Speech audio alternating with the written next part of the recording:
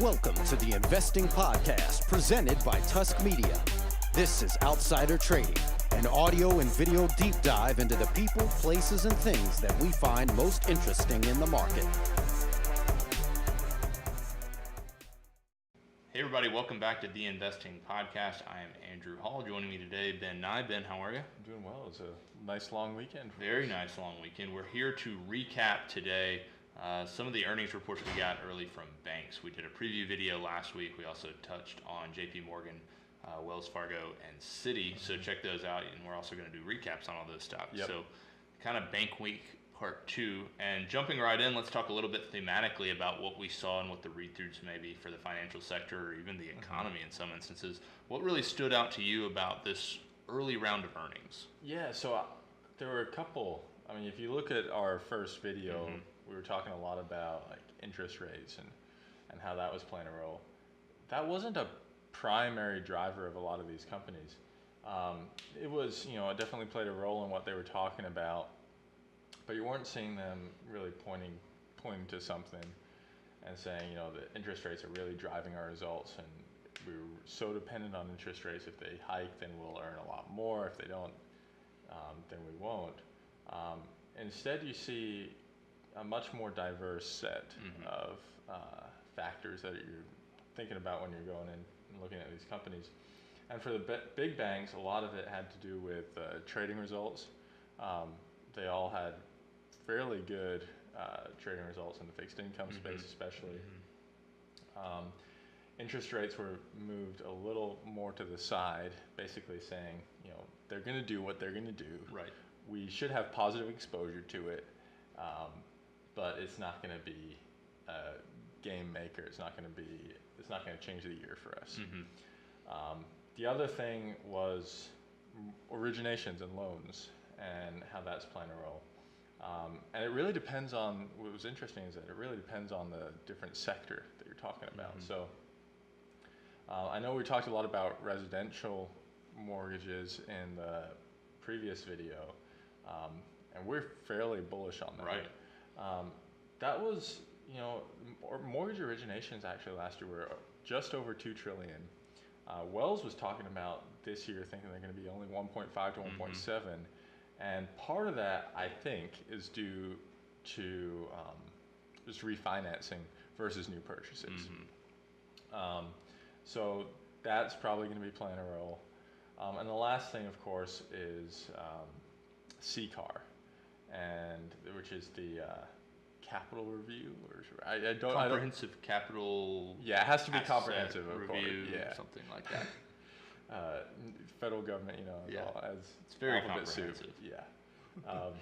So they've submitted their paperwork for that, and they're ready to hear back on, what they want in terms of share repurchases and dividends, which I think could be a big story for at least a couple of the companies as we go into the back half of this year, and maybe they accentuate a little more value, the value that we see in some of these banks, because they do trade at small multiples of earnings. They are growing shareholders' equity, but I think until that capital is really returned, and really in the form of dividends, I think it's more difficult actually for investors to become convinced that this company that almost went bankrupt 10 years ago is a good place to invest. Yeah. So I want to go through those three components you mentioned kind of individually and hash them out a little bit and really look at how these three banks, especially how they really kind of related to those. The first thing you mentioned, interest rates, and it was kind of interesting. I agree. I mean, that was a huge theme that we touched on last week in the preview, not just on the general financial sector, but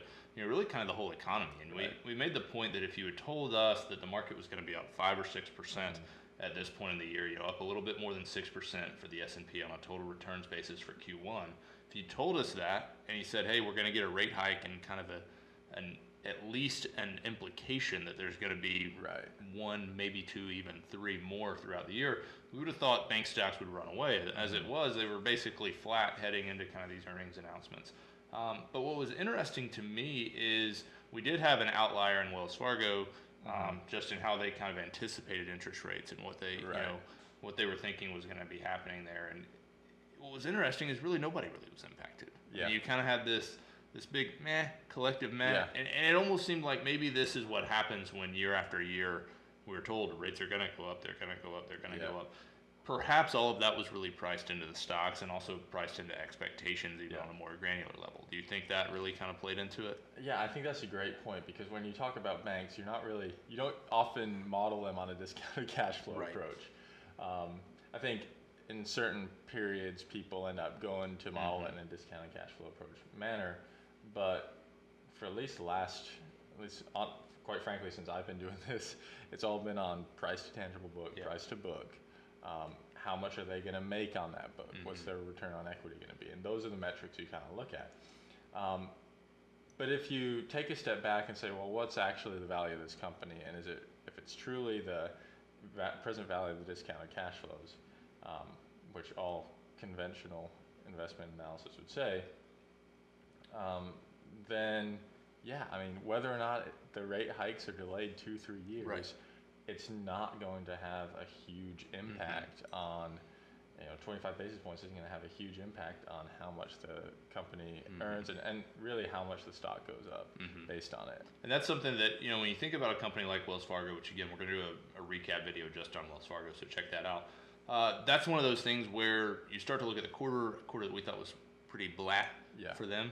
Spoiler alert if you haven't watched that video yet. Yeah. But when you start to look at that and you start to look at another component that you mentioned earlier, the loan originations, and you start to think, okay, in a box, if interest rates go up and they're a big player in the residential mortgage space, you would think that this would play itself out, but that really shows kind of the different ways this data can be interpreted, even by the general public, which I think is interesting. You brought up the point of kind of a transition away from refinancing a loan and moving towards there's still new purchases and things like that, which we're bullish on. And all of a sudden those things kind of start to add up and you say, hey, people anticipated this, and not only that, but the general public's not enthused by this as much as maybe they thought they would, and all of a sudden Wells Fargo's in a really tough spot. So again, we'll kind of hit on that. And then the last thing is CCAR. I mean, we touched on that kind of in the previews, I think really just on a couple companies, and we're really waiting on that data to come out to see what happens, how these banks approach that. From your perspective, just looking, again, as an investor, not necessarily as a regulator, what do you expect the general theme to be when we get the next round of these comprehensive reviews? It's tough because I don't think there's going to be there's so many idiosyncratic stories now at the moment. The general picture, I think, is that companies are going to be more aggressive with what they perceive as a regulatory environment that should be getting easier. Plus, they just had a year that went by relatively smoothly as far as banks go, Wells Fargo notwithstanding. But you didn't have any huge European crisis. You had Brexit, and we actually got through that. So I think they'll probably be a little more emboldened to ask more. And what you might see in this ask is that they might shift some of that money that has been going to share repurchases and move that more into a dividend. It's tougher to get dividends approved by the Fed because they view companies' dividends as more, if you have to cut a dividend, it's a lot more difficult than cutting a share repurchase. So dividends are usually tough to get through. So what we might see is absolute dollars not changing a whole lot in terms of the capital returns, but I think the dividends could rise. Ben, any other closing thoughts on the broad space here? Check out our individual videos on them. I think we'll go into a little more depth on each company and some of the factors that are driving all those. Yeah, definitely check that out. Follow us on Twitter at Tusk Media LLC. We're also on Facebook. We do our afternoon market recap show on Facebook as well as Twitter, but facebook.com/Tusk Media LLC. And the big news is we now have a verified YouTube channel. So it's really easy to find our stuff now. It's just like everything else. Go to youtube.com/Tusk Media LLC. It'll take you right to our page and all our videos. We appreciate you being here. Hit subscribe. We will talk to you soon. Tusk Media is a subsidiary of Narwhal Capital Management. Ratings and reviews of Tusk Media content are not to be construed as endorsements of opinions, analysis, or services offered by Tusk or its parent company. The opinions and predictions shared here are our professional beliefs at the time of publication. We are not under duress from any of the corporate entities mentioned. This is not a solicitation to take any particular action. Although we are investment advisors, this information should not be considered investment, legal, or tax advice. We strive to be as impartial, insightful, and accurate as possible. We base our opinions, analysis, and calculations on information we believe to be reliable, but we cannot guarantee its accuracy. We can, however, guarantee that our opinions will sometimes be flat out wrong due to a variety of factors. Employees and clients of Narwhal Capital Management may or may not hold positions in the securities detailed and may or may not hold these positions in the future. A full list of all securities purchased, sold, or held during the 12 months preceding the date of this publication can be provided upon request. Unless otherwise noted, all data accessed via MarketWatch or the Bloomberg terminal. Past performance does not guarantee future results. A copy of Narwhal's Form ADV is available at the SEC's website, www.advisorinfo.sec.gov, or from Narwhal upon written request.